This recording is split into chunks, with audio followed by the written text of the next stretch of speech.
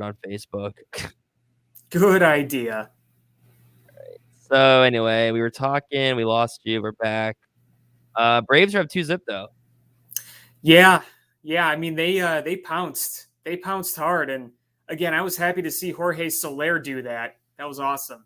Yeah, definitely. So, good for him. Obviously, big part of the 15 Cubs. Really cool to I don't know, 16 too. I guess he was still there with them in 16 too, obviously. But Which I is think easy to forget. yeah, it is. It is. That's why I was like, that's right, because they got rid of him for Wade Davis for 17.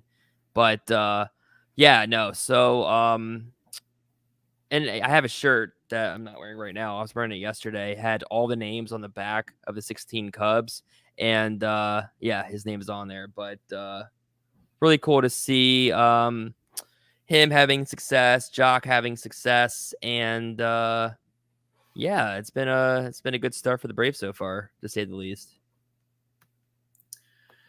Yeah, we'll see how the Astros respond because they could put up a few runs right here. So Yeah, you know they could get right back into this. But that's kind of the exciting thing about this World Series is because you can never rule out one of these teams. I mean, yeah, they're just they both have such potent offenses. So you know they might give up two in the first, maybe they score two or three in the bottom of the first. So you know as much as pitching can be great. I want to see offense. Give me all the runs scored. That's more fun, yeah, in my yeah. opinion. That's always fun for sure. So yeah, so I don't know. Houston is so good though. It's hard to think that they wouldn't you know, make it a pretty tight game or come back or, come back here even in the bottom of the first, for instance. Yeah, I mean, what I also like about this whole matchup is that up and down the lineup, you have people that can contribute. So, like, anybody could be a hero in this situation. And, when you talk about World Series of the past, you always like to talk about some of the unlikely or um, kind of forgotten heroes. Like, Mhm. he's certainly not forgotten, but when you saw David Ross hit that home run in Game 7 off Andrew Miller, that's who would have thought that an old backup catcher on the verge of retirement would homer off one of the elite relievers of the game? Oh yeah, for sure. Maybe Martin Yeah. Maldonado will be one of those heroes. Maybe he will get the big hit. Because he's the least likely to hit anything. You think of the Astros, you're like, oh, Jose Altuve or Alex Bregman or Carlos Correa will be the ones that'll play hero. It's like, what if it ends up being a guy like Martin Maldonado? You never know. You never know. Yeah, and yeah, so if the Astros win the World Series, what kind of reaction do you think? I mean, do you think they're kind of well, not vindicated, but do you feel like that, assuming that they're not cheating now, it's kind of like, okay, they still prove to everybody that they're still as great as they said they were, or I mean, I don't think they're gonna make any fans out of anybody that wasn't already an Astros fan. It's not like anybody's rooting for them now for the most part after the whole scandal. Well, yeah, I mean, I think there's always going to be those sections of fans that are never going to root for the Astros again, and there's going to be those people that are hardcore against them. And then I think obviously there's going to be people who are kind of neutral on the whole thing, and then you'll have people who will be like, you know what, I don't like you, but I got to give you credit. But Yeah. one thing's for sure is that they're not going to be seen the same way now as if they were a few years ago. Oh yeah, There's exactly. no question about Exact. that.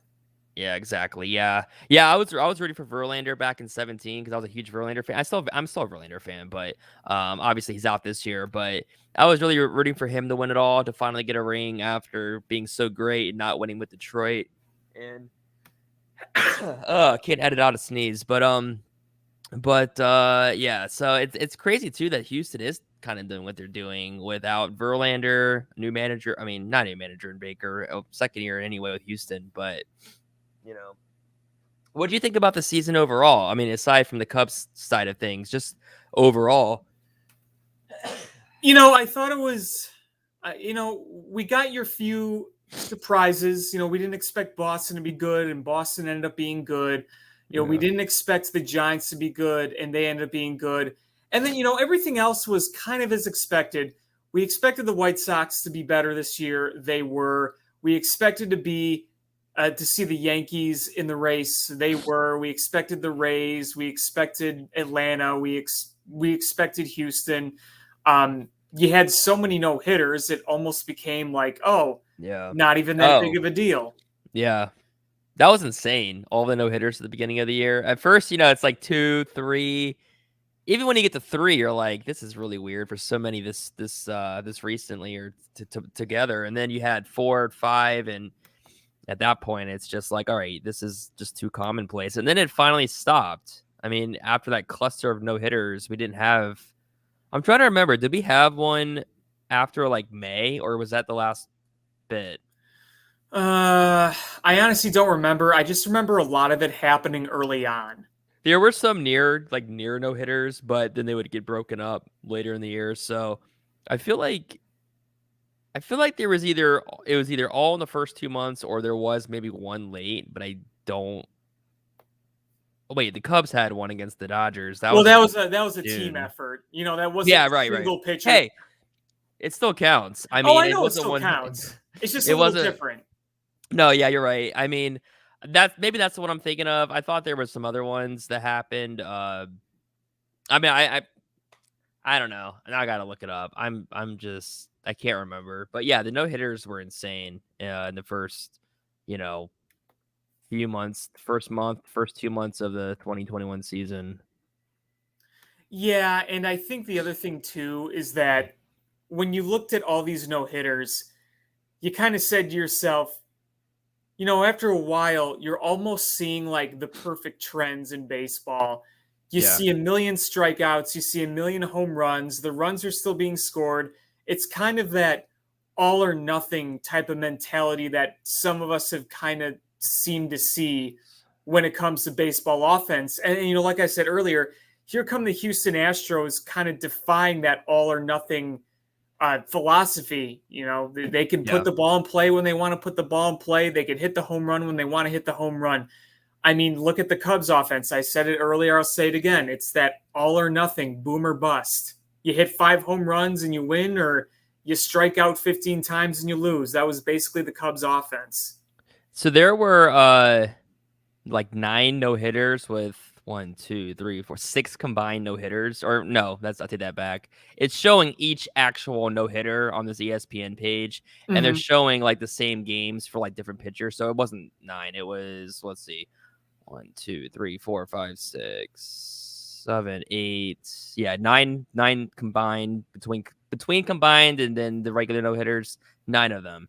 But then I forgot that Arizona no hit San Diego in August. I don't even remember that. So, or maybe I do remember I that. don't remember that. I honestly don't. So there was a couple late in the year that combined no hitter in September between the Brewers and Indians. So I remember that. I yeah. do remember that. So But I anyway, don't remember that Arizona one. it was crazy. It was just so many. I do think there was another interesting storyline that in baseball that I think we do need to talk about, and that's Sticky. how badly the Padres collapsed. Oh yeah, I thought you were gonna say You know? the sticky substance. Yeah, the Padres, they literally, I mean, they might have already been cratering by the trade deadline, but I feel like it was the trade deadline going back to, um, when they did not get Max Scherzer and Trey Turner at the deadline, and the Dodgers did.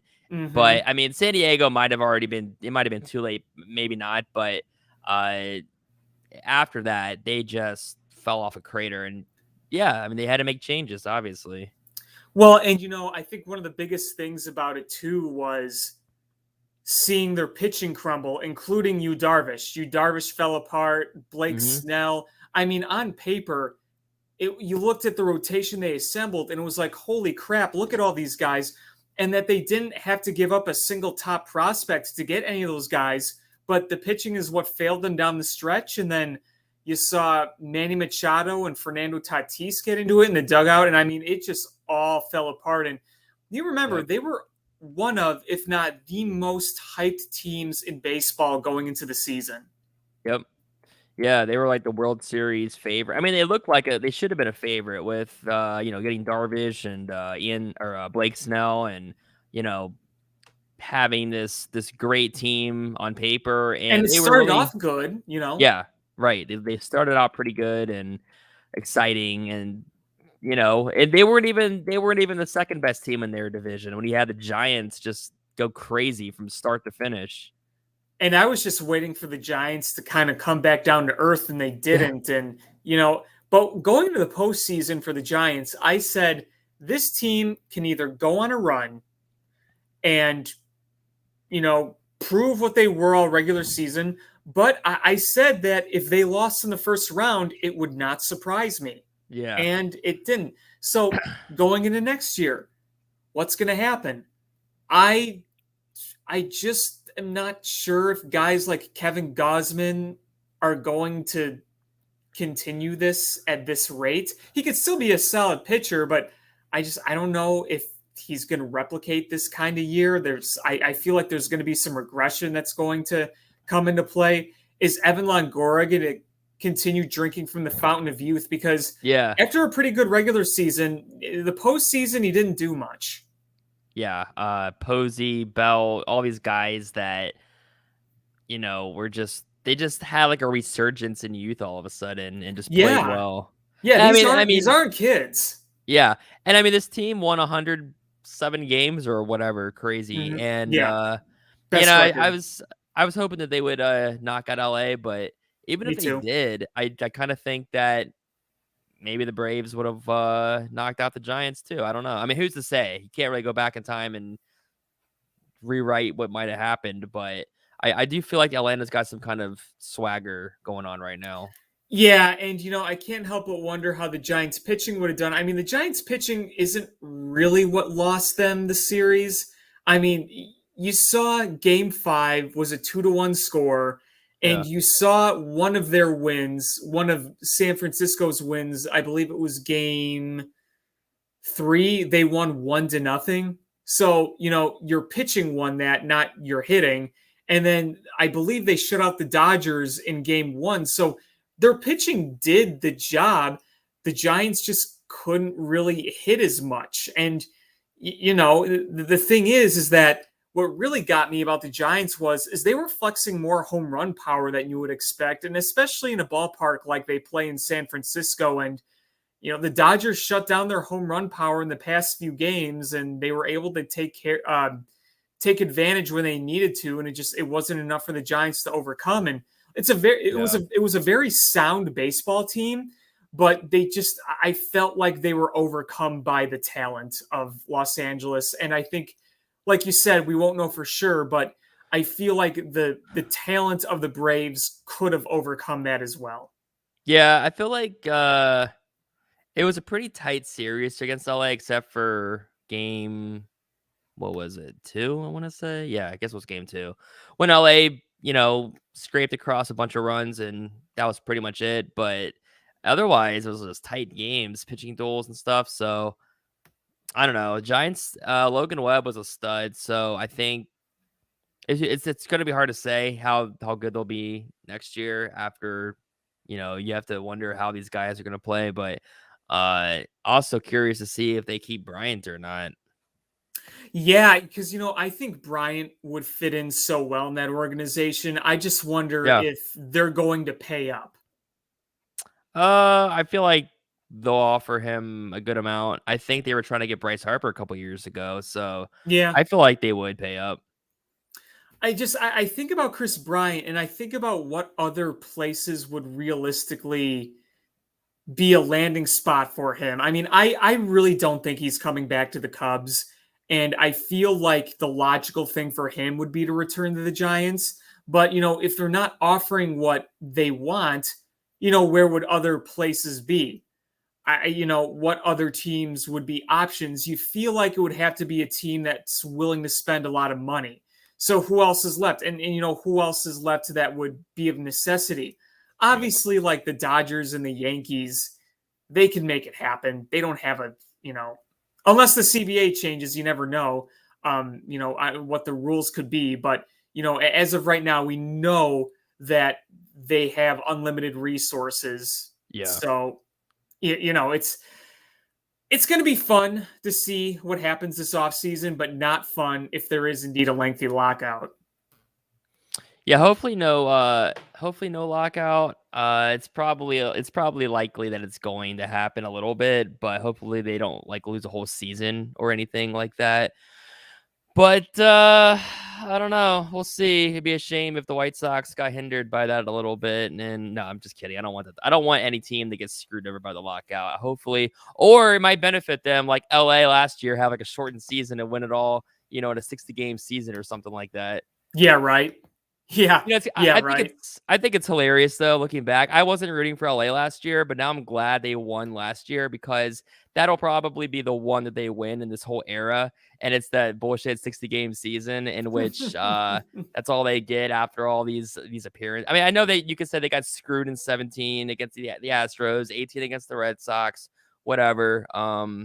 But you know what? I'm also not really. I mean, I do like to root against them, but at the end of the day, like they spend and they develop players. I mean, they do what you would want your team to do too. So Well, we can talk about how they have unlimited resources all day long in terms of yeah, spending and financials, but you know, it's impressive what they can do with their developments because they've developed so many guys, whether it's pitching, whether it's hitting, and that at the end of the day is what I want to see the Cubs do. I want to see the Cubs just continue to develop guys. They yeah, didn't, when the core came up, they didn't do that. And when Jed Hoyer said, we're going to bring in the guy from Cleveland to be my GM, and then they brought in another guy that worked with the Astros, it's like, okay, you're coming from two environments that have done a great job at scouting and developing their talent. I mean, look at the pitching that Cleveland has developed over the years, and even some of the position players, too. So I think that Jed Hoyer has the right idea of trying to get the right guys to develop. Look, here is one of the things I say about the Cubs and the lack of spending the past few years. Yeah, it's frustrating. It is frustrating that they haven't spent a lot, hmm but they did spend a lot for a long time. And sometimes you had to go out and spend more because you couldn't develop from within. hmm But look at the teams that are in the World Series. Look at the Astros who have been to 5 straight ALCS and are on their third pennant. Look at how much of that talent they've developed. Look at the Braves. Freddie Freeman, Ozzie Albies, those guys, they helped develop those guys too. Look at, other teams in baseball. Look when the Royals won, they developed a lot of that talent. yeah, Uh, San Francisco, they've developed a lot of their talent. You need to develop talent and you need to have talent spread without your farm system yeah, because when the time comes when the right guy isn't available, sometimes you got to grow it from within. And unfortunately, the last few years, the Cubs had to rely on reclamation projects because they didn't have the right, farm hands or prospects to come up and fill the voids. yeah, exactly. You need Yeah, to develop talent. That's simple. yep, yeah. Hopefully the Cubs. I was talking. I don't know. Do you know Greg? You know Greg Huss, right? From Mm-hmm. yeah. Yes. So I Yes. was talking with Greg last week, and he was just saying that hopefully the Cubs didn't overcorrect in getting crap. Name is escaping me. Carter, is it Carter Hawkins? Yes. Yeah, Carter Hawkins. Um, he was saying hopefully because he's like a pitching specialist type of a guy. It seems like so. He was saying hopefully, and he was like, not that they did do this, but hopefully they didn't overcorrect to just try to bolster the pitching and not keep trying to bolster across the board. So, I mean, well, time will tell. I mean, it's hard to know what these guys are or who they are really. You can look at the organizations they come from, their background, what they've done, but we'll see how it plays out over the next season and well, several seasons. But yeah, hopefully having a GM and another guy in the room will help too because sometimes it might be too many cooks in the kitchen, but in this case, it probably can't hurt to have another guy and a guy outside the organization come in and have his say. And hopefully the team will be able to make positive gains on the field where it matters. Well, yeah, and I mean, think about this too. Is you want development to come from within, from all aspects of the game, whether it's offense, whether it's pitching, whether it's defense, whatever. But I do think it is important that they're really emphasizing the development of pitching, because that has been a complete failure by this organization the past few years. The last good job you did at developing pitching has really come in the forms of Jake Arrieta and Kyle Hendricks. But you need to do more than that, because everything else, you really, sure, you found a few maybe possible solid relievers over the years like Rowan Wick, but you need to develop starting pitching. And I do think that there still might be potential in Adbert Alzolay, whether it's a Oh reliever, yeah, whether it's a starter, but it's not nearly enough. You look everywhere and you see pitchers being developed, guys that actually throw stuff, and their pitching rotation in 2021 was as bad as we've seen it in a long time. It was dead last in the league in F WAR. They were last in fastball velocity, or among the last in fastball velocity. They didn't miss bats, they didn't have stuff, and now more than ever you need pitchers that can miss bats, throw with velocity, throw with movement, elite spin rate. That's more important than ever, and the Cubs really need to develop more of that from within. yeah, definitely. I think Alzolay can still be a huge piece. Hopefully, whether it's the rotation or bullpen. I'd take a Um, 2 inning reliever from him. I think the stuff is promising. I do. yeah, yeah. Let's see. So this team next year, we don't know how the offseason will play out. We don't even know if there's going to be a season based on the whole collective bargaining. But assuming that there is a season, and assuming they don't really spend money, we're probably looking at guys like Schwindel and Wisdom. Uh, I don't think you can count on them doing what they did this past year for a whole season, but they were a fun story for what that's worth. Yeah, I mean, I see Patrick Wisdom as kind of a better Mike Olt, where the guy goes up and can scold the ball, but he's got a lot of holes in his swing. Frank Schwindel, I don't want him to be the guy of the future, but he's both of those guys have earned spots in spring training, I believe. They've earned looks in camp. What I will say about Frank Schwindel, again, not saying he's going to be an MLB All Star or a major piece in the foreseeable future, but Yeah. I got to give him credit, because not only did he hit, but the at bats were impressive. He didn't have the swing and miss like we saw from Patrick Wisdom. He put together some professional at bats. So even if he's not a star, maybe, just maybe, you have a depth piece in there. We'll see. Yeah, definitely. Yeah, yeah. I mean, he set the record for rookie home runs in a season, right? Breaking Bryant's record, Wisdom that Wisdom is. did. So, Yeah. yeah, Wisdom. So, uh I think he's definitely earned a spot. That's not to say that it doesn't work out or whatever. Maybe the team makes some kind of bold offseason change anyways, but we'll see. But Yeah. I'm just glad though we are past the whole, are they going to resign these guys? Are they not going to resign these Oh, guys? I got Because so old. The honestly, rumors, everything. I was so look sick of hearing about it. look I at how really all was. of them look at how all of them look at how, sorry, I was looking at something on Twitter, someone messaged me something and it was just making me laugh. But look at how Bryant, Rizzo, Schwarber is a huge story. These guys all played kind of individually. Schwarber is going to make some money this offseason. I mean, what do you think? You think he'll stay in Boston? I think the fit works really well for him there. I mean, Mhm. frankly, I think he's just more comfortable in the American League, period. But I could definitely see him trying to one up there again, if not maybe another American League team. But, if I were him, I'd look at his options and see what teams are willing to pay after the season he had. Yeah, I feel like you might get like, I don't know, 4 years, 70. You think that's about right? Yeah, I'd maybe guess 2 or 3 years, but you never know. You never know. I think I more. mean, I think again, three or how four. how the market's going to shape up could depend on the CBA. It's just really hard to tell with the way things are going. But yeah, I definitely see a multi-year deal for Schwarber. Yeah, yeah. I And you feel know what, like with him, people say the Cubs should have never let him go. I think he just needed a change of scenery. mhm. I think it was best for him. But Oh yeah, anyway, for sure. you were saying.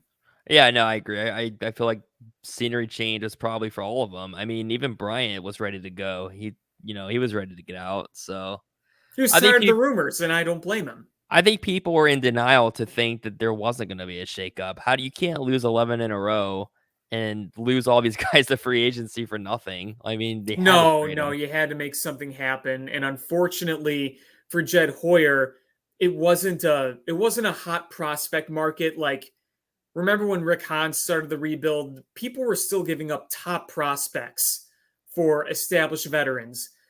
Teams were not going to give the Cubs their top prospects. I mean, the teams are valuing prospects more than ever, especially after that COVID year. So Jed Hoyer kind of had to dig deep and be like, you know what?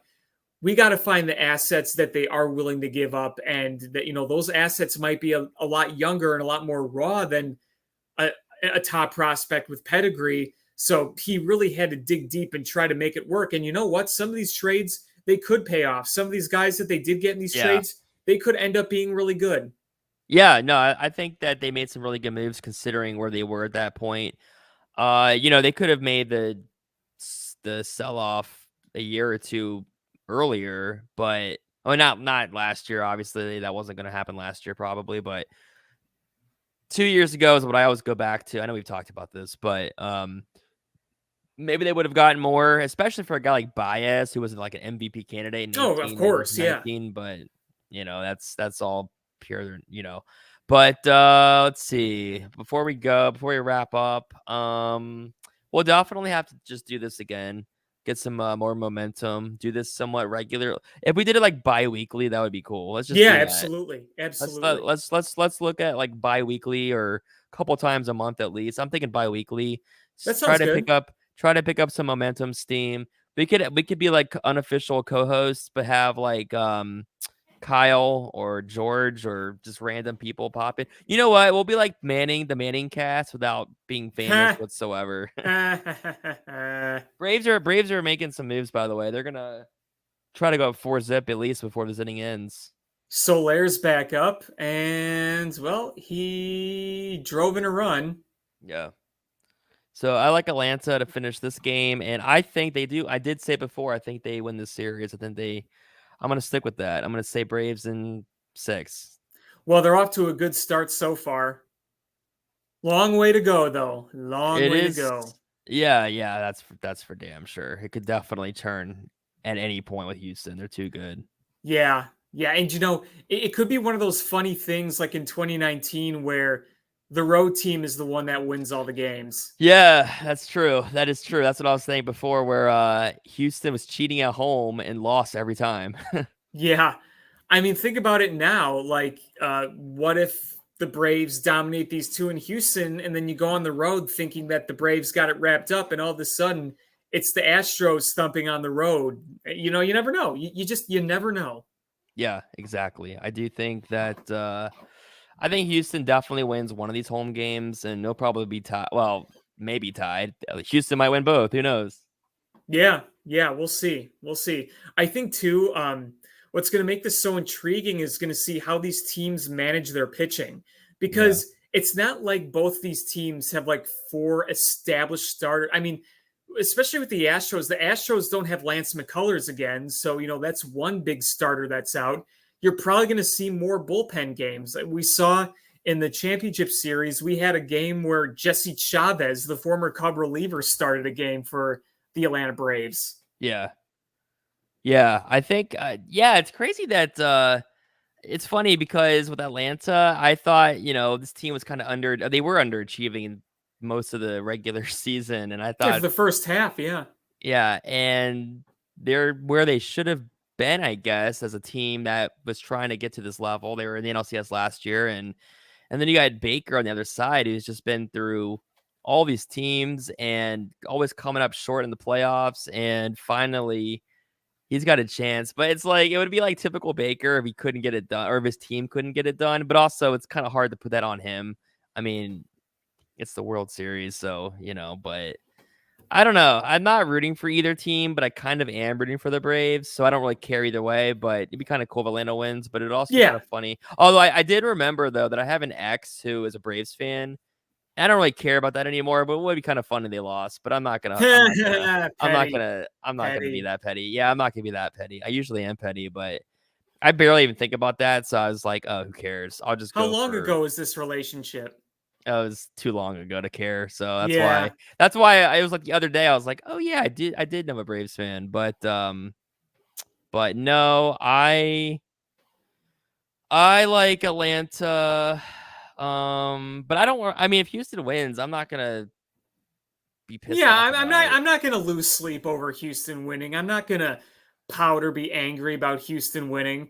I mean, it's like you said. Yeah, I'm slightly rooting for the Braves more, but like at the end of the day, I'm not gonna lose sleep over whoever wins this. It's not like I'm gonna watch this World Series to be entertained with baseball. I'm not Yeah, really watching it from an emotional standpoint. exactly. Before we close, let's see. Before we close, what you been talking about on the Swirsky Sports Network?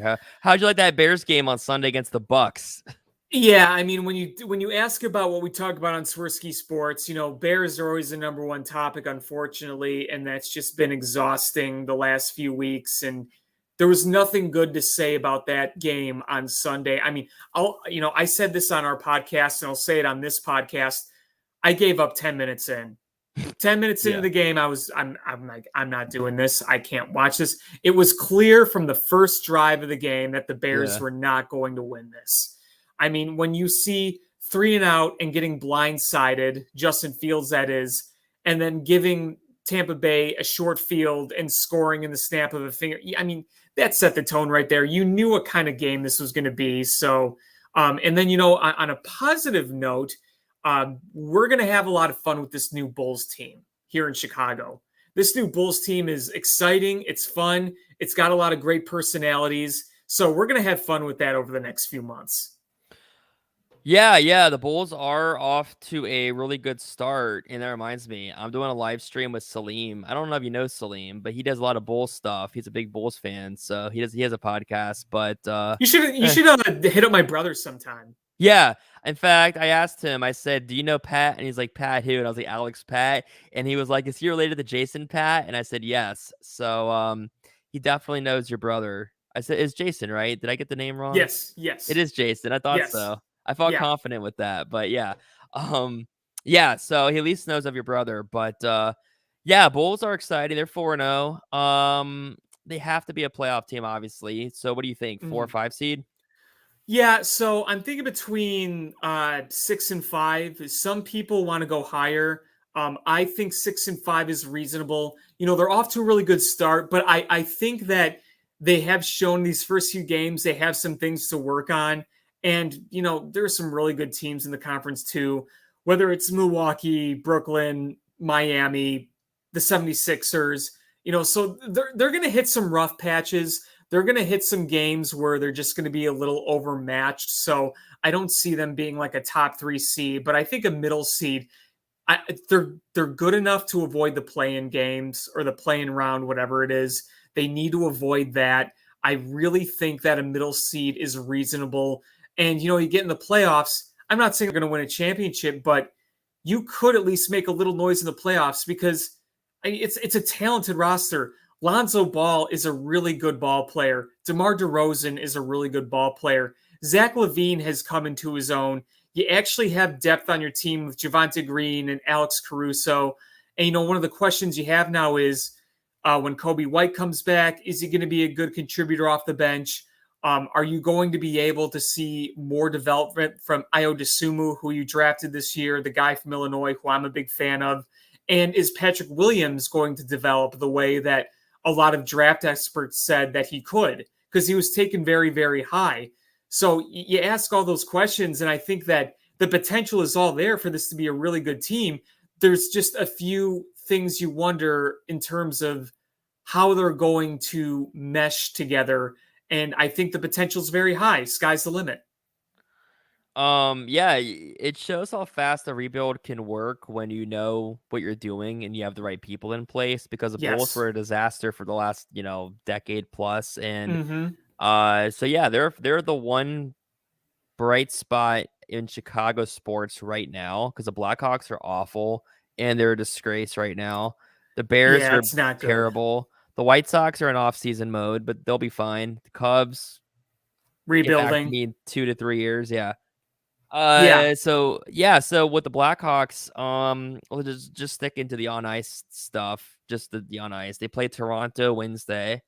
Toronto's coming in desperate. I think Toronto wins that game because the Hawks are so bad. Is it's Jeremy hard to Collis? pick for the Hawks. They haven't even led a game yet, which is insane. Is They haven't Jeremy had a Collis lead yet. right? Exactly. Is Jeremy Colleton? What's his expiration date? When does he get out? I think it's coming now that Stan Bowman's gone. I Yeah. think that the leash is going to be very short. The reason he's been sticking around is because Stan Bowman's there. Stan Bowman is now gone. So I don't think he's going to last much longer if they keep playing like this.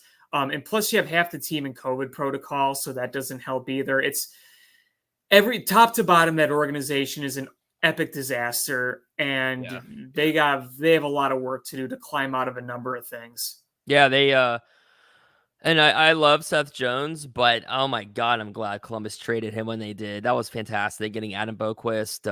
That you know what? That draft pick they could get looks really good too if the Blackhawks Yeah, have a horrible season. that trade is not looking good at all. I mean, Jones, the writing was on the wall with Jones over the last year or so. He was just, I mean, I chalked it up last year to just the stupid season with COVID and all that stuff. It would be easy Mhm. to say, maybe he'll be fine, but there were some underlying issues there. And he plays, I mean, obviously, he's on the ice a lot. He'll play almost 30 minutes in a game. So I don't necessarily think like, okay, he's been on the ice for 10 goals against or whatever. I mean, it's not all his fault because he's just out on the ice a lot, but he hasn't been great. And I think he'll be better than he's shown. I think he'll be at least decent, but obviously you're not paying for decent at 8 years or whenever that deal actually kicks in next year. No, I mean, getting him was one thing. That's okay, but that extension was just albatross. It was so bad. I almost want to think that they were trying to divert the attention from one Today. thing to another. Yeah. Yeah, yeah. Well, I just never thought what the Blackhawks were doing I did think they'd be like a bubble playoff team. I didn't buy They this. shouldn't be this bad though. They should not be Right. this bad. I didn't buy this like real Stanley Cup contender because it's just No, no, no. They never were. because they were kind of not even rebuilding. I guess getting they were kind of reestablishing themselves last year, They were and then they trying go to out there retool, I guess. and then they go out there and get Fleury and Jones and I don't know, like they should be better than they are now. I mean, to be 5-1 or whatever they are, that's Arizona Coyotes bad, and we know why they're bad. And they'll get on a run at some point, but I don't know. I mean, do you think Fleury is going to be fine? I mean, And part of me thinks Flurry should just retire. I would if I yeah, were him. He's borderline retiring as it is. I would just I don't know. I don't know how much more you're gonna get out of him. yeah. I mean, he was really good in Vegas. I think he won the Vezina last year in He did. Vegas. He So, did. But that was a much better team around him. yeah, exactly. But better team. I'm excited for Columbus. The rebuild's underway, but they've been playing really exciting. They are exciting. They are fun, which is not its. They were fun when they were playoff bound. The last year was ugly, and Yeah. they weren't even always a fun team to watch, but they were fun when they were winning. But I'm having fun with them. Um, Elvis is on fire right now, which has been great. So we'll see what happens. They play Chicago. I don't know when they play Chicago, but they got the Rangers on Friday. But yeah, I'm having fun with hockey season. I'll say that much. Yeah, I right now I think I'm gonna have more fun with AHL hockey, so I'm just gonna stick with that for the time being. Well, that'll be fun at least. You can definitely check out Rockford. You know what? Ryan Sykes? Yes.